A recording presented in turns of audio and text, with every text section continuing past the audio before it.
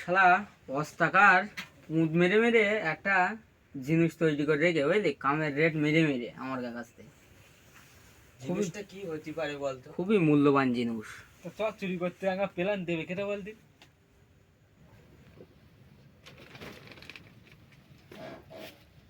এই ভাই লাভ লাভ লাভ, একটা মূল্যবান জিনিসের খোঁজ পেয়েছি। লে ভাই শিগগিরই লে ভাই লে ভাই লে ভাই, এই লাভ লাভ লাভ লাভ ভাই লে ভাই লে ভাই। পুরো টাইম লে ভাই, খালি চরণ দা এসে একটা খবর নিয়ে।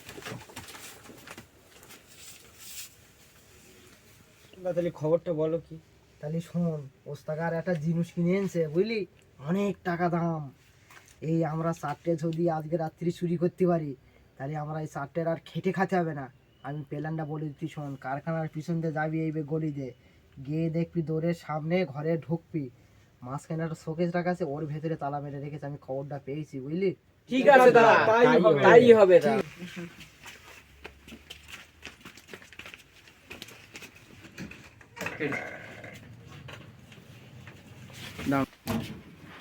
আর এদিকে কি করছিস বোকারা?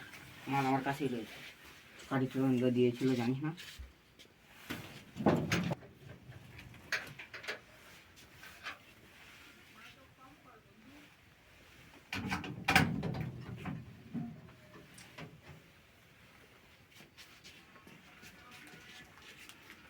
ভাই এ তো সোনার ছাড়া দাম বেশি, এ তো অমর হয়ে যাবো তো আমরা। অমর না জিনিস।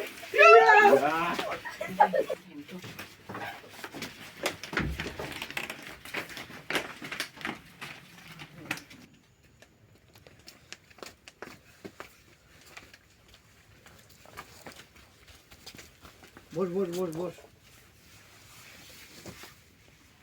কই এনেছিস সে পান্তি পেরেছিস? হ্যাঁ মাল বের কর বের কর, আগে বের কর, দেখি দেখি। এই সেই অমূল্য জিনিসটা।